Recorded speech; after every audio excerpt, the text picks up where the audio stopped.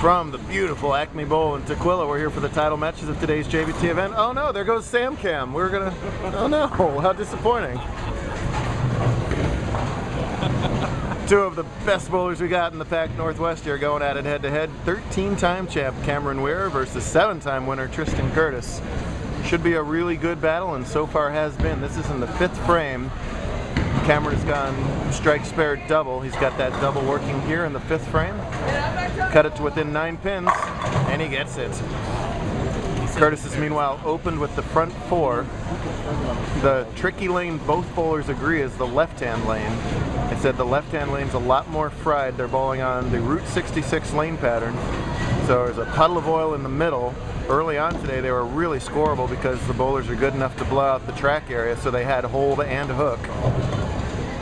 The hook has become too hooky at this point, so if you set the ball into the track too early it jumps. That's why you see all the bowlers migrating to the extreme far left. You just see Tristan here in front of the ball return. He's literally almost sitting on the ball return to start his approach. Truncates the steps, really projects it out to the right, and that's great right there. That's good stuff. It's Tristan's bread and butter. Yeah, Tristan very comfortable playing that deep. Most of the talented players these days are. Don't think of these guys as junior bowlers if you're not watching us very often. These guys know what they are doing and know how to attack changing lane conditions. Tristan won the semifinal match over Tanner Spacey, and Spacey had looked good before then, beating Caleb Hathaway and Eddie Smith in our stepladder final format today. Weier dominated the tournament, leading 7 of the 8 rounds. Only Eddie Smith led any of the other rounds, but Tristan was right there in match play all day long, qualified as the number 2 seed in here, bowling for the win. Standing just as far left on the left-hand lane, but he doesn't have the ball return in the way, so he's able to take mostly his full approach. Taking a deeper knee bend than he used to. Yeah, you bet. He says he's got to get even deeper on that lane and really wheel it out, is what he said he wanted to do, and that's what he's done so far. You know, it's funny, Weier says he doesn't care who he calls, he's going to shoot 280 and beat them. Well, 280 might not be good enough. I don't know if you caught the beginning of that, but Evan said that Cameron told Evan he doesn't care who he plays, he's just going to shoot 280 and win. Well, he's got a 280 pace going right now, and right now that loses by 20. So, behooves him to continue to strike here. He's not this far, right? No. Whoops. Come on. Oh, no! Unfortunately, I mostly caught Cameron's back, but he almost rolled the 3-pin forward after breaking up some other stuff. That would have been a tremendous break. As it is, he's now going to find himself trailing by 20 some odd pins if he converts this 3-pin, which I really think he will. A little higher scoring than expected today. The cut was minus 19 in the scratch division, so about a 196 average. Good guess there. Yeah, I felt comfortable on that one. Pretty friendly surface here at Acme. One of the prettiest bowling centers we go to on the whole tour. Love this place. Thanks to Gary and the crew for hosting us as always. Uh-oh, Tristan's paying out over there. Look out, he's got change jumping out of all his corners. That's all of Tristan's earnings from running the tournament last week. Nice of Tristan to take some time off to actually bowl in a tournament. He ran an event last weekend. Now he's going to run an adult event next weekend. He's a bowling rat.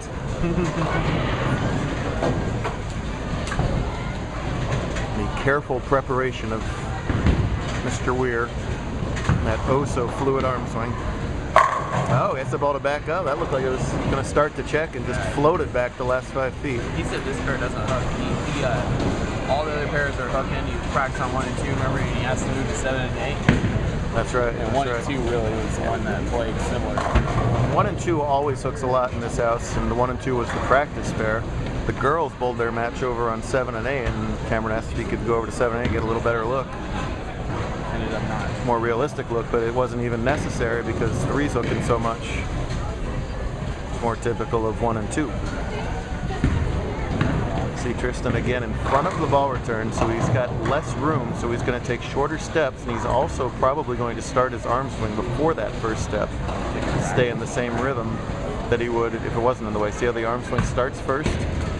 Shoulder projection and 10-pin perfection. I don't know. I watch scatters them all for his 7th in a row.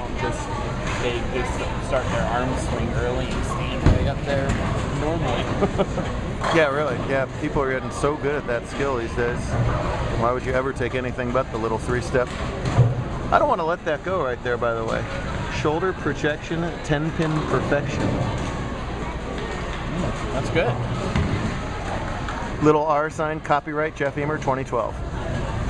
R sign. Do not take that, other bowling announcers. I never heard Randy say that, Ryan Ghost. I'm talking to you. Looking to open up with 8 in a row to start the title match. Shoulder projection. Oh, wow. Huge, though, to break up the split. Obviously, you start thinking about a perfect game when you hit the later frames, but this is still a match, folks, and getting that 7-pin to fall is a big deal right there, but he's still left with the tricky spare here.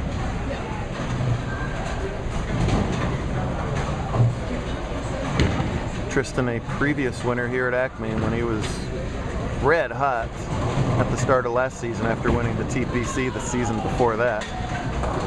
So he knows how to win the big events, and when he gets hot, he's as tough to beat as anybody.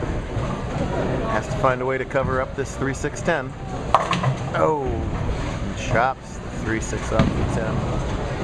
That gives him 205 through 8, so he's at a 245 pace. Smith can, dang it! I do it once a webcast. Weier can still strike out for 259, so this is anybody's match. But if he doesn't strike here in the 8th, then the best he can do is 239. So even though there's still room on the lanes, this is kind of a critical shot right here. That's not all Tristan has to do. Is Right. Mark would be good enough if Cameron doesn't strike here. I'm just going to say Cameron from now on. Yeah, this is a big shot. Slightly, theoretically easier lane. He gets it. Wow. So deep, I keep on thinking it's going to go Brooklyn everything. That's what usually ends up on Route 66, is that the track burns out and you've got to play that fallback shot. But it is weird to watch the ball squirt backwards the last 5 feet for these players. He's so used to it. So he's in the 220s right now, and really sort of the same situation. 9 spare in the 9th. Max means he's got a max of 38, I suppose, right? Well, 38. So even though he struck there in the 8th, he's still kind of in the same scenario where if he doesn't strike here, Tristan would need to just stay clean. Cameron used to coming from behind in matches so far early on this season. Boy, that's really got to fade. It didn't.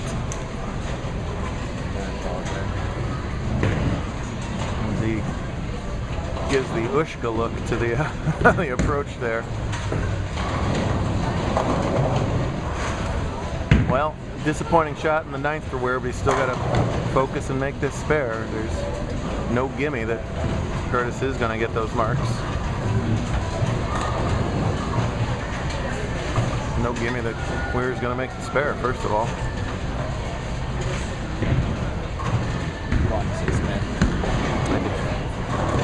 I could be forgiven for that. I only say Smith like 50 times a month on these webcasts. All right, has the 610, keeps himself alive. And can Curtis dig out 2 marks here to notch title number 8? With Cameron 2 second places. Cam over talking to Sam on the Sam Cam. Yeah, I can't get enough of saying that, I'm sorry.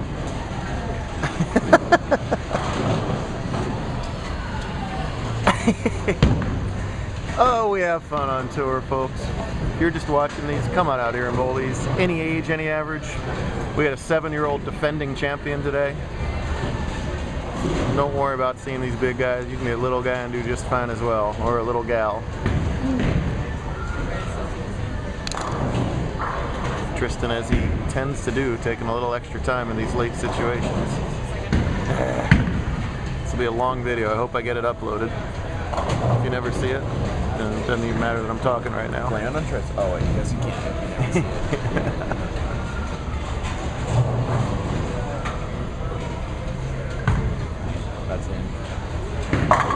Wow. That was an inch from 4.9ing or worse. He kind of gave it that last little hold at the pocket. It did. And any mark will win. Anything less than a mark, Weier can win. Simple as that. This is Cameron's last tournament, at least until December, as he's off back to the Midwest for college. While Tristan goes to CWU, so we'll see plenty of him all year long.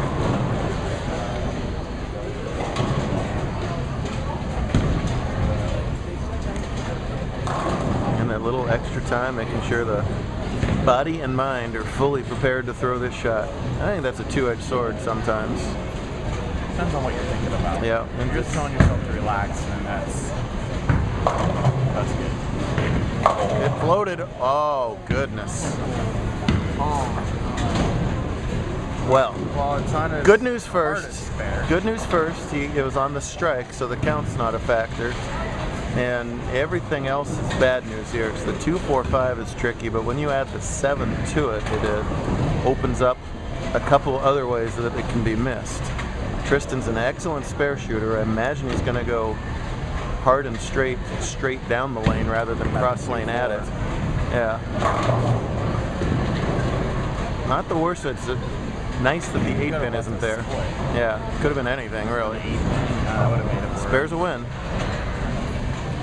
Nope. Yes. I thought it was gonna thought it was good all the way. Did you? I wasn't sure. Fired it. Let me tell you, 2-4-7-8 to win a title is earning it right there. He needs 3, he's gonna get the 3. And for Cameron, it's disappointment. He's only interested in wins at this point in his career. He says he wants to get to 15. He didn't get any this weekend, so he'll have to come back an angry Cameron in December. And it's going to be a very happy Tristan here with, and there it is. 8 wins for the talented Tristonian.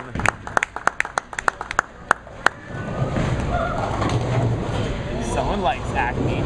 Yeah, big Acme fan right there. And bowling against Cameron. Oh yeah, we got to get this on camera. Look at this. Get back here. Get back here. Take a picture with it after. Get back here. If I already called him a bowling rat on the services, I defy you to find someone else. It's a periodic table, which he's also Alan. a big fan of. What's Cameron doing? Look Alan. at that.